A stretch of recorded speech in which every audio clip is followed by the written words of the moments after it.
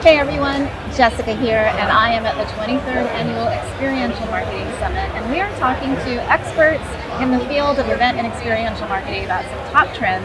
And I'm here with Monica Gomez and Amelia Rowe from the Concierge Club, and we are going to talk a little bit about luxury experiences.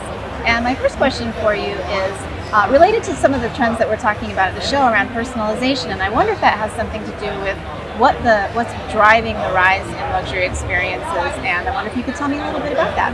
Yeah, I think that the first thing is that luxury experiences aren't reserved for luxury brands anymore.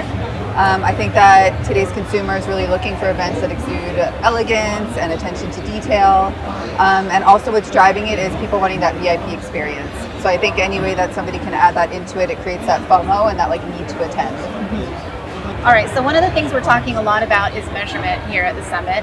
We know that a strong strategy and strong KPIs really differentiate a successful event campaign from just an event, right? So I wonder how you're approaching your luxury experiences and how you're mapping objectives and metrics to all of the work that you're doing.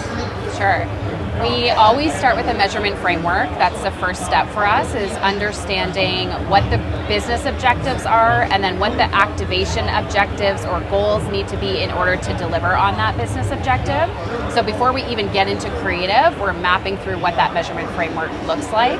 That informs the touch points and the elements and the details that we need to bring to life to really understand not just who needs to show up or where we need to show up, but how we show up and what experiences we're creating for consumers to make sure that it's not just an event that's impressive, but one that's actually driving impact, moving consumers through that marketing funnel, regardless of where their starting point is, and then ensuring that we're measuring the objectives, that the KPIs that matter, whether we're trying to drive lift in consideration or purchase intent, or we're trying to drive brand affinity or brand perception. All of those elements, we've mapped them out in the beginning so we know the creative concept will deliver against those. That's such a great point, because we're also spending a lot of time this week talking about marrying that concept with a great strategy. And a lot of great event concepts are really creative, but if they don't map back to that brand objective, to that bottom line objective, then obviously you haven't set up that framework to really reach those goals. I wonder if you can talk about how the Concierge Club approaches it so that you've really got that concept really locked into those objectives. Yes.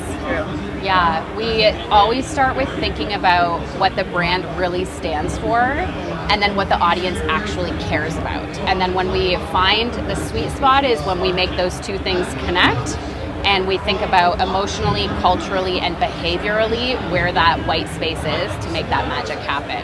So for us, we're not just trying to understand what consumers are doing at the activation, but how are they feeling? What are they thinking about? What are they doing? And then even more important, what are they doing when they leave the experience? And then we're building the measures and the trackability in place to actually ensure that we can report with real data and not just using guesswork, but we're building this around insights and data-driven results that come out of it. And engagement is such an important part of that, and I wondered if you could talk a little bit about what engagement ideas, strategies you're either seeing out there as trends or you're trying yourself that are really making an impact when you go out into the field of events. Yeah, I think personalization is having such a moment right now. I think any way that you can personalize the experience to the consumer, you're going to end up winning. So whether that's personalizing the product, or maybe it's actually personalizing their unique experience. So using tech to maybe do something like a quiz or a survey at the beginning of the experience so that you can personalize every touch point throughout, or personalize what product that they should be using. So yeah, I feel like personalization is like a huge thing right now. Yeah, and I would add to that the blending of physical and digital is so critical. Yeah. Our consumers and shoppers and just behavior right now, people are spending just as much time online as they are in the real world. So how are we enabling shareability and content-driven experiences that give them those assets to then share beyond the experience itself in meaningful ways that are authentic to the brand and to the experience. So really cool photo opportunities that are generating assets or reels that they can just post right away on TikTok or Instagram, or using augmented reality to create more immersive storytelling opportunities. So things that they can pull out their personal devices and still have a branded experience within the space, but have those digital components that are extending that shareability. I'm so glad you brought that up because I think a lot of people have a old perception, perhaps, of luxury hospitality as kind of a VIP tent experience. Yes. But you're talking about utilizing technology, you're talking about really data-driven thinking, strategic framework, and it sounds like kind of just a new era in luxury events. Yes, yeah. It's really in the details. Yeah. I think that's what luxury means. It's like thinking through the level of detail that is beyond maybe what others might think. Yeah. And making sure all of those little moments are curated purposefully to drive the impact that we want, but also to create a meaningful experience for the people who we want to go through it or to show up. Yeah, and I think the important thing there too is that luxury doesn't always mean expensive. And I think that's something that like whenever we're talking to our clients, like we always lead with luxury. It's just who we are, it's in our DNA. But we always say to them it doesn't mean expensive. Like we're not saying that we're going to be the most expensive, we're just saying that we're going to pay the most attention to detail, which is something that our clients really appreciate about us.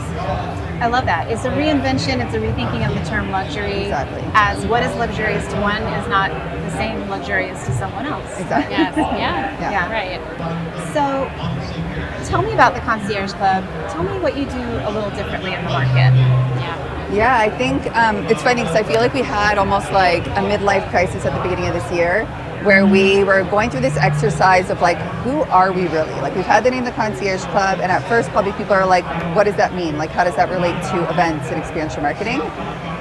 So we were really trying to figure out what the white space was in the industry. So we did a ton of research, a bunch of competitor research earlier on this year to really figure out what that white space was, and then we realized that the white space was us. And it was that people in XM weren't necessarily speaking the way that we were speaking. And so we just decided to really lean into that. And Concierge Club was born from this notion of delivering white glove service. It's what you would expect when you go to a concierge at a luxury hotel. And that's who we are. So we just really like went all in on it, I think now more than ever, to just say this is who we are, we deliver premium white glove service.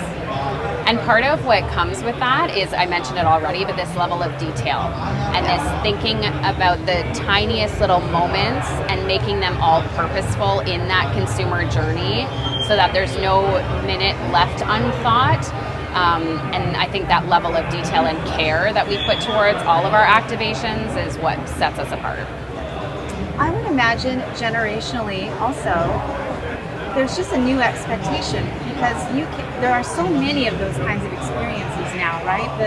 The expectation has risen such that very young generation expects, well, of course they're going to know my needs, of course they're going to know what I want because they have come to believe that everything is like that. So I wonder if you're thinking about Gen Z and up and coming audiences and how their expectation is different than older generations.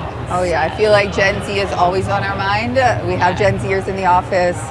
Now I feel like we're even starting to talk about Gen Alpha, like that's going to be the next group of consumers.